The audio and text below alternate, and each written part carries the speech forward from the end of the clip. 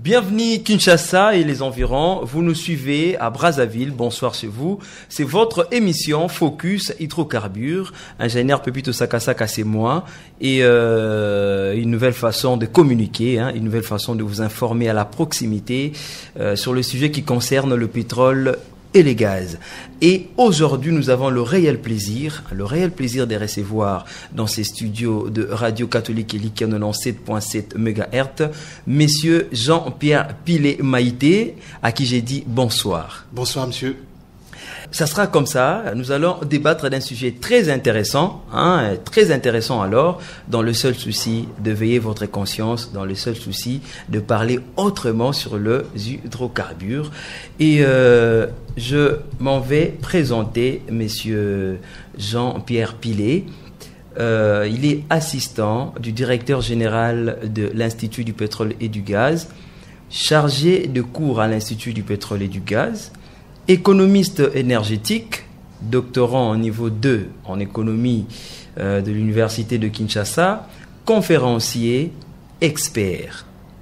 Donc, avec lui, nous allons réfléchir autour d'un thème très intéressant. Le thème, c'est émergence énergétique de la RDC, piste de solution, cas de l'énergie fossile. Je répète, surtout pour les étudiants, émergence énergétique de la RDC, piste des solutions, cas de l'énergie fossile. Donc c'est avec le professeur, c'est avec monsieur Jean-Pierre Pilé que nous allons échanger autour de cette thématique. Mais professeur, vous êtes économiste énergétique. Est-ce une expertise acquise ou le fruit d'une filière académique? Ben écoutez, je pense que c'est les deux à la fois. C'est d'abord une filière académique, après avoir fait mes études en économie à l'université de Lubumbashi. Immédiatement, l'État congolais m'a pris comme fonctionnaire au ministère des hydrocarbures. Et à partir de là, l'État nous a fait former à l'étranger dans le domaine énergétique. Et puis voilà, quoi. C'est les deux combinés, et l'expertise et la formation académique. Bien, voilà, c'est le dire de professeur Jean-Pierre Pilé. Nous allons débattre, échanger avec lui autour de ces sujets. Mais avant d'entrer dans le vif du sujet, laissez-moi vous présenter une rubrique, vous le savez, une rubrique Mon Lexique, où nous apprenons les concepts, le mot utilisé dans le domaine pétrolier. Et aujourd'hui, nous allons vous présenter un mot, baril livré. Domaine, pétrole et gaz, économie, définition, quantité de pétrole équivalent à un baril, effectivement livré au terme d'une chaîne de transactions commerciales. Je répète, baril livré, quantité de pétrole équivalent à un baril, effectivement livré au terme d'une chaîne de transactions commerciales. Voilà, c'était la rubrique Mon Lexique.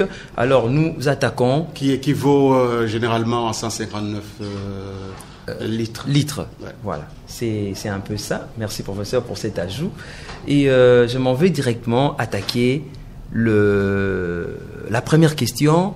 Nous parlons de l'émergence énergétique de la RDC, piste des solutions, cas de l'énergie fossile. C'est quoi les concepts émergence? Nous entendons un peu partout. Émergence, c'est quoi les concepts émergence? En fait, moi je définirais émergence tout simplement comme étant la sortie du lot. On sort du fond d'une rivière, par exemple. Ça va? Ou l'apparition soudaine d'un phénomène ou d'une idée. Donc on sort d'un... On était un tout petit peu caché et on sort brusquement et on peut parler de l'émergence. Mais dans le cas, par exemple, quand on dit émergence d'un pays, c'est que ses activités économiques, son taux de croissance accusent des niveaux d'amélioration acceptables. Donc, apparemment, c'est un concept purement économique. Exactement. Ouais. Alors, quand est-ce qu'on parle d'un pays émergent, comme vous l'avez dit. Ouais, c'est comme j'ai dit tout à l'heure, c'est quand les niveaux de ces activités économiques, son taux de croissance accuse des améliorations tout à fait différentes par rapport à d'autres pays, enfin, dans le sens de l'amélioration, quoi. Là, on parle d'un pays qui émerge, au fait, qui sort du dessous de l'eau, au fait. On revient encore sur la première considération. Alors, l'émergence, c'est à l'opposition par rapport à la notion du pays du tiers-monde.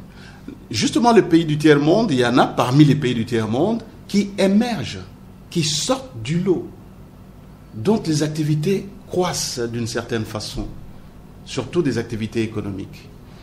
Merci, monsieur Jean-Pierre Pilet.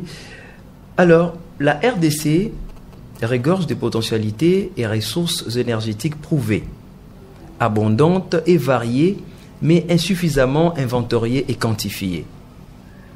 L'approvisionnement énergétique du pays est caractérisé par la prépondérance de la biomasse, énergie traditionnelle, la faible valorisation du potentiel énergétique du pays et des dépendances totales vis-à-vis des hydrocarbures d'importation. Enfin, le faible niveau d'efficacité énergétique de mode de production, transformation et consommation d'énergie, notamment de biomasse énergie, bois de feu et charbon de bois. Est-ce que cette réalité-là, vous la prouvez aussi? Bien, en partie, hein, monsieur le journaliste, parce que, comme vous avez dit tout à l'heure que nous avons des ressources prouvées en termes d'hydrocarbures, déjà j'aimerais... non inventoriées. Non inventorié, là c'est bon quand vous dites ça, mais prouvé non. J'aimerais d'abord dissocier dans ce que vous appelez hydrocarbures, les trois formes qu'on a. On a le pétrole, on a le gaz naturel et puis on a le charbon. Okay.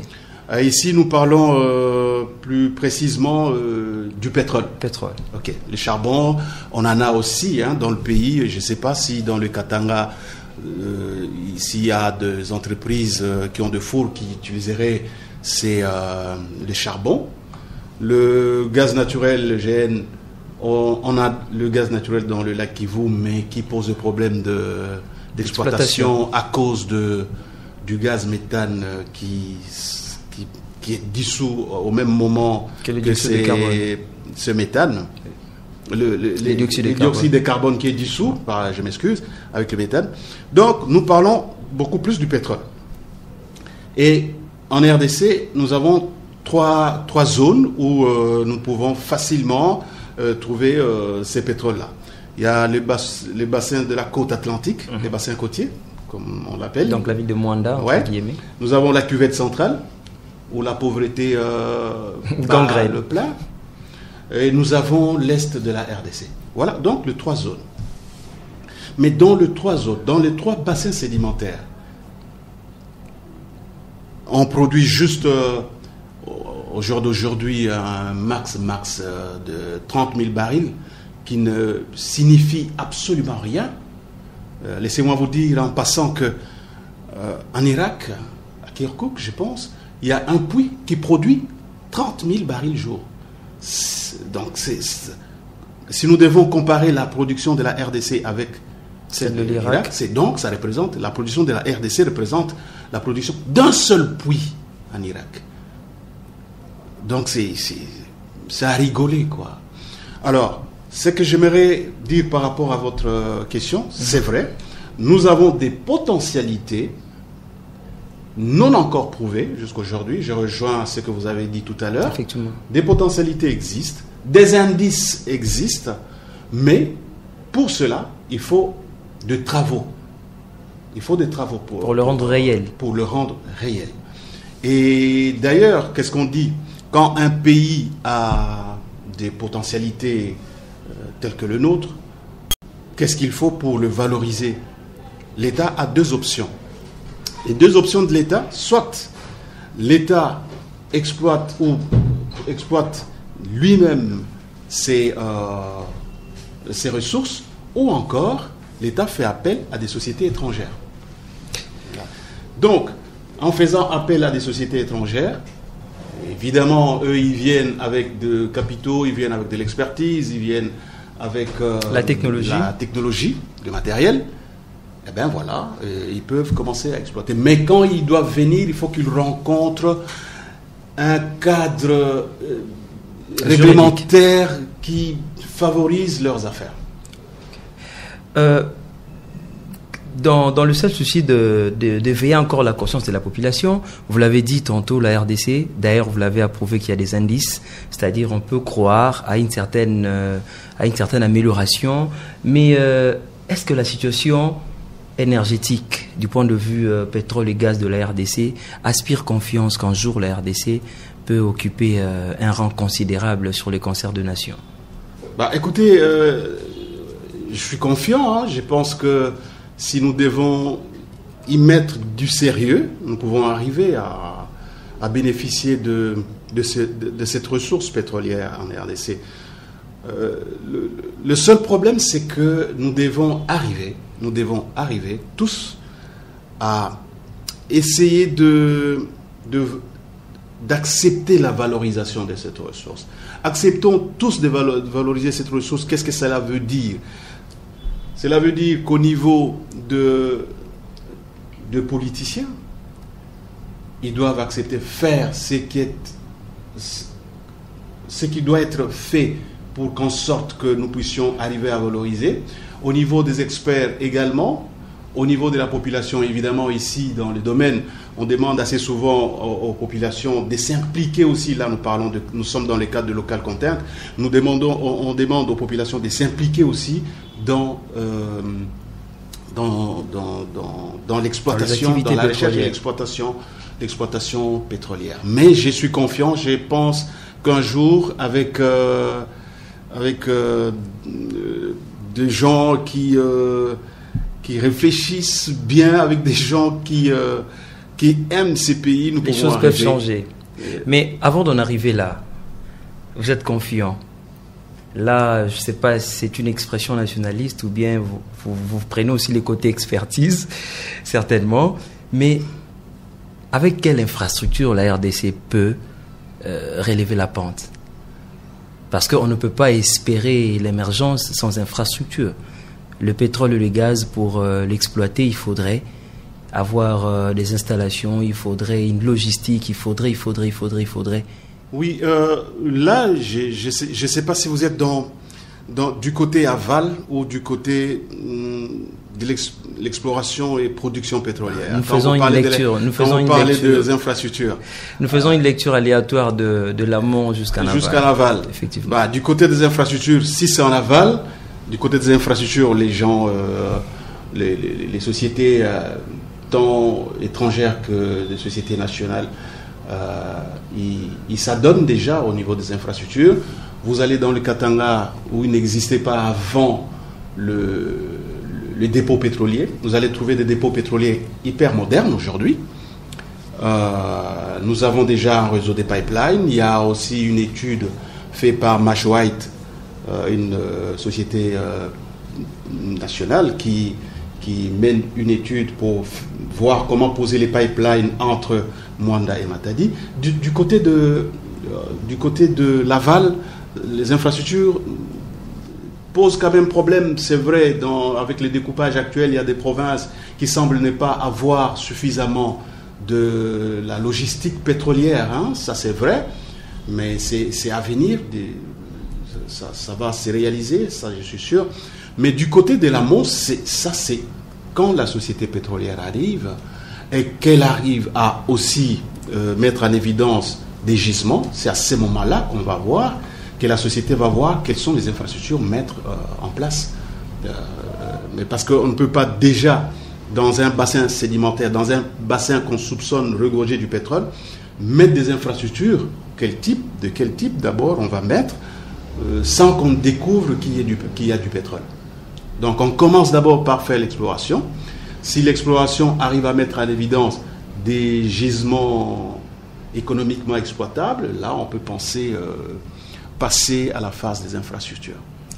Voilà, vous restez confiant nulle part ailleurs sur votre chaîne, votre radio 97.7 MHz Radio Catholique Elikia. C'est votre émission Focus Hydrocarbures et laissez-moi vous rappeler le sujet du jour, un sujet très intéressant, émergence énergétique de la RDC RDC, piste de solution, cas de l'énergie fossile. Nous sommes en train d'échanger avec le professeur, messieurs Jean-Pierre Pile et Maïté.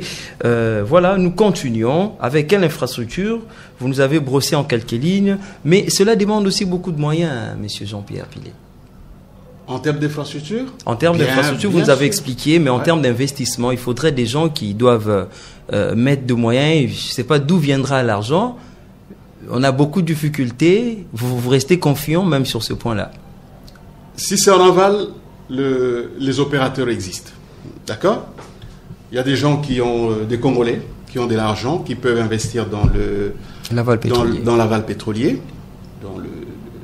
Ils achètent de camions-citernes, ils achètent de barges qui peuvent transporter le Ils érigent des stations-service. Ah, ils érigent des stations. Des dépôts pétroliers. Ouais. L'aval ne pose pas tellement de problèmes. Le problème, c'est l'amont. Il faut explorer, il faut faire de recherches et il faut produire ces pétroles. Et là, ça demande des infrastructures qui coûtent cher. C'est pourquoi je dis tout à l'heure, c'est quand il faut valoriser le pétrole dans des pays tels que le nôtre, il faudra recourir à l'expertise et aux finances de sociétés étrangères. Absolument. Et viendra après, quand les sociétés sont là, c'est le partage, quoi. Il faudra que la société se retrouve après avoir investi. Quelle politique appliquer pour que le pétrole soit une bénédiction pour la RDC? D'abord, avoir des textes réglementaires attrayants. C'est-à-dire que quand la société pétrolière étrangère devra arriver, il doit se dire, avec ces règlements pétroliers, avec tous les risques qui entourent l'activité, mon investissement me sera bénéfique. Mais quand la société arrive et trouve que, avec les systèmes réglementaires qui existent, je ne serai pas à mesure de faire de gains dans ces pays ou de profits dans ces pays, eh bien la société ne vient pas. J'aimerais préciser une chose ici, que dans le domaine d'exploration, production pétrolière, ce domaine-là c'est un marché de concurrence. Au fait, les pétroles, on le trouve dans plusieurs pays. L'Angola accuse des potentialités, le Cameroun, le Gabon, le Congo-Brazzaville, la RDC, le Niger. Alors, et il faut se dire que chacun de ces pays possède un cadre juridique. Il y a un cadre réglementaire. Et qu'est-ce que la compagnie fait? La compagnie fait des comparaisons. Quel est le pays où le cadre réglementaire est attrayant, où je peux aller et me retrouver facilement. Voilà. Et dans quel pays où les éléments de recherche sont déjà mis en évidence. C'est-à-dire, il y a des cartes géologiques bien établies, ils ont fait des levées, des données prouvées, des données qui existent. Et chez nous, tout ça dans le domaine pétrolier n'existait pas encore. Ça n'existait pas. Il faudra que la compagnie arrive, commence dès le départ. Et bon, voilà, ça fait de petits soucis. Hein. Espérons que dans les très prochains jours, l'émergence sera effective. Et vous suivez votre émission Focus Hydrocarbures. Elle est là déjà. Elle est là. Hein. Elle, c'est Laurence Magali Anasambi. Et Laurence, elle va nous présenter une rubrique découverte. Nous allons découvrir un personnage qui a aussi de l'influence dans le monde pétrolier. Certainement, monsieur Jean-Pierre Pile va aussi commenter sur ces personnages. Bienvenue Magali. Merci beaucoup, ingénieur Pépito. Aujourd'hui, dans la rubrique découverte, nous allons découvrir aujourd'hui un personnage tel que vous venez de le dire. Il s'agit donc de John David Rockefeller. Qui est ce monsieur? John David Rockefeller est né un certain 8 juillet 1839 à Richford, qui est un État de New York. Et il est mort le 23 mai 1937 à Ormond Beach, à Floride, à l'âge de 97 ans. Il était un industriel et philanthrope américain, fondateur de la famille Rockefeller. Premier milliardaire de l'époque contemporaine, il fait partie du mythe américain des self-made men. Sa famille a été à la tête d'un empire financier durant près de 2 siècles en créant la Standard Oil, qui devient notamment Esso, puis ExxonMobil. Entrepreneur, comptable et banquier. L'homme le plus riche de tout le temps selon une certaine opinion. Une thèse soutenue par cette citation, « Dieu a créé le monde et Rockefeller l'a réorganisé », fin de citation. Merci beaucoup, ingénieur Pépito. Je crois que c'est tout pour aujourd'hui, pour notre découverte. Merci Laurence Magali Anassambi. Monsieur Jean-Pierre Pilet, un commentaire par rapport à ces grands messieurs, ces grands entrepreneurs de tous les temps. En fait, il est grand, comme madame l'a dit tout à l'heure. Il y a un dicton américain qui dit, la dernière phrase de madame, Dieu a créé le monde, mais il l'a réorganisé. En fait, il l'a réorganisé dans le domaine pétrolier. En fait, cet homme a été le premier à comprendre que contrôler le 4 maillons de la chaîne pétrolière, on devenait puissant. On devenait tout puissant. Le maillon de la chaîne pétrolière sont l'exploration-production, le raffinage, le transport-stockage et puis la commercialisation. Si vous contrôlez les 4, vous devenez puissant et c'est ça qui a fait sa puissance incontournable. Au fil des ans, il est devenu puissant à cause du contrôle de ses...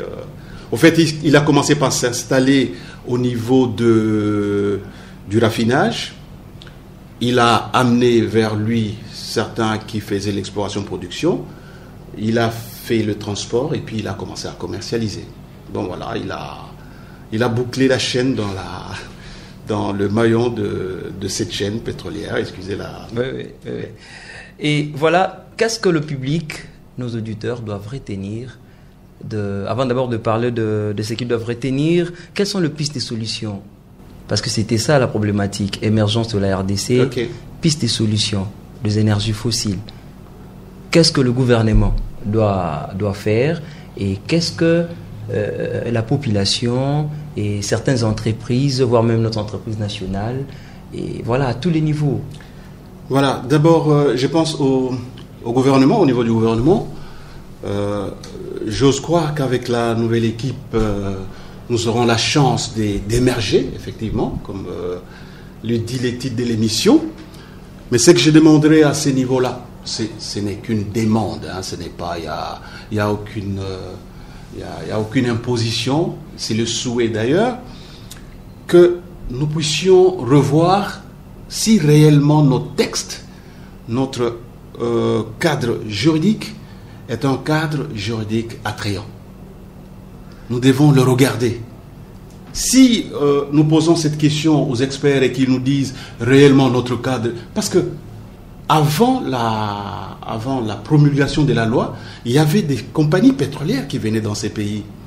Et dès que la loi a été publiée, ils ont disparu. On doit se poser des questions. Pourquoi? Tiens de quelqu'un, j'ai le nom, qui a dit « Avec votre loi, vous ne verrez personne ». Ça, c'est un étranger qui le dit. Donc, il faudrait assainir le cadre juridique. Il faudra donc revisiter la loi, voir s'il y a des éléments qui empêchent à ce que les investisseurs viennent. Il y aura peut-être, même si on peut garder cette loi, il y aura peut-être qui viendront. Mais après, qui vont commencer à faire des reculs. Ils voudront peut-être vous dire un matin, bon, écoutez, nous on laisse tomber, la RDC ne nous intéresse plus. Non, on n'est pas un pays à vocation pétrolière. Cherchons d'abord à attirer. C'est comme une jeune fille qui attend le mariage. Elle s'arrange avant. Elle met du maquillage, tout. Fantaisie. Oui, et puis bon, après, dès qu'on l'a pris. Bon, jouons à ces jeux-là. Rendons nos textes très attrayants. Nous aurons des investisseurs qui viendront. On va faire de l'exploration et puis nous verrons si réellement nous avons ces potentialités vont être vraiment une réalité, si nous avons du pétrole ou pas dans nos 3 bassins sédimentaires. Voilà. Et puis au niveau de la population, ce que j'ai demandé, c'est d'appliquer les notions de local content, c'est-à-dire de s'investir dans l'exploration-production pétrolière, de ne pas laisser surtout la sous-traitance entre les mains seulement des étrangers. Vous savez que chez nous, il n'y a aucune société de la RDC qui sait faire la géophysique. Il n'y a pas. Il n'y a pas de société de géophysique. Même pas de bureaux d'études qui interviennent à la matière. Il n'y a pas de bureau d'études. Donc, il faudra que les nationaux puissent prendre le domaine du pétrole aussi en main. Créer des entreprises de sous-traitance. Et bon, quand une société pétrolière est là, il y a des sous-traitances directement liées aux activités pétrolières. Il y a des sous-traitances non liées aux activités pétrolières. Quand, par exemple, une société doit venir installer la climatisation dans le bureau d'une compagnie pétrolière, ça, ce n'est pas une sous-traitance directement liée aux activités pétrolières. Mais quand vous avez une société qui fait le forage, et c'est une société de la RDC, eh bien, la rémunération entre les deux sous-traitants n'est pas pareille. Est-ce que la RDC peut compter sur votre institution IPG en termes d'expertise? Bien, j'ai dit tout à l'heure que quand l'État veut valoriser ses ressources pétrolières, il fait appel à des sociétés étrangères qui s'amènent avec le matériel, les finances et l'expertise. Mais si les compagnies commencent à dire « nous allons trouver l'expertise sur place », ça sera déjà une très bonne chose. Sur la côte ouest africaine, aujourd'hui, si vous y allez, surtout dans des sociétés de forage, vous allez trouver l'IPG sur IPG. En tout cas, là, je le dis sans gêne, vous allez trouver les experts ressortissants de l'Institut du pétrole et du gaz. Ça, je demanderai aussi à l'État congolais de jeter un coup d'œil à l'Institut du pétrole et du gaz qui a 20 ans en fait aujourd'hui. On y reviendra, y reviendra sur le parcours de cette grande institution. Et certainement, l'émission est bilingue. On a plus parlé français. Si vous pouvez résumer tout ce que vous avez dit là, en lingala, pour que Bandekolamso Kadhafi étudiant ici bazali maman femme maraîchère nyoso pour pétrole etali mutu nyoso so ba ko comprendre le mot concernant émergence il y a RDC na domaine à pétrole. Oui, na obandana na côté ya aval dans lingala na habité aval station na côté ya basta ya beauté qui ba carburant nangambwana tous enregistré, je pense qu'on a organisé une émission comme Soussou. Tous enregistré décès et belé. Incendie, Mitoukaezo, Baluka, Batoubakufi. Dépozo Zika. Alors, moi je pense que et loko aliboso ezo boma, ezali bozangi koyeba comportement ya ba produits pétroliers. Bande konabiso bazo manipuler ba produits pétroliers sans koyeba produits pétroliers agisaka ndenge nini, comportement à produits pétroliers ndenge nini. Est-ce que tu peux t'imaginer Moutou Azui, bouchon et à tonneau nae à Fungoli, azota la quantité ya carburant na lampe tempête. Alors, bidon ya essence na lampe tempête. Liwa e raté. Alors, il faut bande konabiso ba mekako ça la moins effort ya koya esika oyo bakoki kolakisa bango quel comportement ya produits pétroliers za ndenge nini. Et que ça là que va réduire le nombre d'accidents. Et puis au lieu de la battre belé, par exemple, il y a 2 fins, il y a 3 fins. Pourquoi tout ça n'a pas 2 fins, il y a 3 fins, tout créer entreprise. Tout créer entreprise, moi comme mon aîné. Une entreprise, il y a RDC, il y a mon aîné, où il y a carburant. Entreprise société même la Nigeria salipe bon même la société comme la société internationale ce que tali na kati ya statut na bango nombre ya actionnaires okoloba me oyo bakabola mbongo ndeni malor ke bakabola mbongo pe ya mingi ya ebele donc bande connaître na Mariano ba dépôt ils a ce qui sent mais pourquoi batwana nyoso bazala société mon côté pesa combo ya société wana je sais pas Mariano Oil bon allez PDG Azali pour 2 ans 2 ans après PDG Moussoussou Azali et ainsi de suite donc ça c'est du côté d'un côté il y a beauté qui bat carburant D'un côté, il y a exploration, il y a Luka Pétrole, il y a Kunande Senga Mbongo Ebele. Bandeko mususu bazana mboka epa na biso awa bakoki pe ko créer ba entreprise ya sous-traitance ya makasi ya koluka kosala ba travaux mususu pétrolier par exemple ceux qui bo sali ba recherche pour produire ba carte géologique était kamaka na mbongo na domaine oui ouais. Donc, personne jusque-là s'intéresse à un domaine, il y a Luka Pétrole, même des ressortissants, ici, bassin sédimentaire et ali, bongo, vous trouverez dans le domaine, dans le riche, bazali, famille, Tommy impliqué biso nationaux na kati ya koluka na ko produire pétrole na kanise ozala malamu mingi. Merci monsieur Jean-Pierre Pilé Maïté pour votre expertise. Certainement les gens ont suivi, certainement le Kadhafi, les gens nous ont suivis et ils nous ont compris bako monayo wapi. Po makambo lobia wa pour la moto asala rakop. Pour la bande de Kadhafi, certainement ils seront motivés à Olukayo, ba mayele. Ko créer entreprise, c'est d'accord le mot qu'il faut payer, comment ça se passe, ba document, ndengeni ni ko sala, ba comment on ndeni. Bon, sur le plan de documents ne bazana ba document ici ka bazana, ba document bazana ngo. Ba bi que seul moto appelle ça ba document ils a ministère à hydrocarbures. En termes de conseils d'orientation.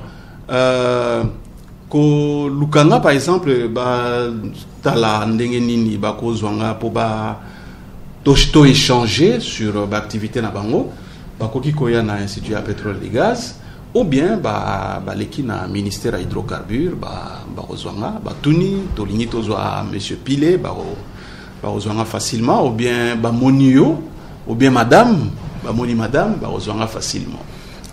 Merci Monsieur Jean-Pierre. Nous sommes lentement et sûrement vers la fin de cette émission. Laurence Magali, certainement, tu as une préoccupation. Voilà, Laurence se réserve, je ne sais pas pourquoi. Et nous chutons calmement vers la fin de cette émission. Un grand merci à vous. Nous rappelons le contact plus 243 82 0 6046 000 plus 242 03 49 725 plus 243 82 03 49 725. Voilà, là ce sont de numéros de contact. Appelez-nous et vous ne serez jamais déçus. Nous pouvons vous orienter et pourquoi pas revenir sur certains sujets très intéressants que vous aimez tant. Oui, Laurence. Je voulais juste remercier encore une fois Monsieur Pilé qui nous a vraiment édifié ce soir. Merci pour votre présence et nous pensons que ce ne sera pas la dernière fois parce que nous avons vraiment besoin de vous. Notre souci, c'est de faire montrer au monde, à la République tout entière, l'importance du pétrole. Donc, nous gardons espoir que très prochainement, vous serez encore ici sur nos plateaux et nous parler encore une fois du pétrole. Merci beaucoup. Je ne manquerai pas, madame, parce que le pétrole, il est source d'énergie. Sur le plan économique, il a 3 fonctions: source d'énergie, matière première et puis voilà. Source de revenus. Voilà. Donc, le pétrole, il peut ça à mongo, il peut ça à énergie. Et puis, ça. Ouais, voilà. Un mot alors par rapport à cette émission. Bonne chance à l'émission. Je veux que cette émission continue et que cette émission ici, je l'avais dit en venant, je pensais, s'il y a eu des accidents en aval, comme je l'ai souligné tout à l'heure, c'est peut-être parce que vous n'aviez pas eu le temps de vulgariser, de communiquer avec nos frères et sœurs qui vont surtout sur la route de Loufoud, dans le Bas-Congo, chercher le carburant. Mais si vous commencez à faire ces genres d'éducation de masse, moi je pense que les gens vont comprendre et puis nous aurons moins de décès dans nos familles dus à la mauvaise manipulation surtout des produits pétroliers. Merci à vous chers auditeurs, merci à Laurence Magali Anasambi, elle était là, la fois. Ça sera comme ça et on va se voir la semaine prochaine avec le même plaisir, nulle part ailleurs sur votre chaîne, sur votre radio 97.7 MHz Radio Catholique Elikia, l'émission Focus Hydrocarbures. Je vous dis au revoir. Bye.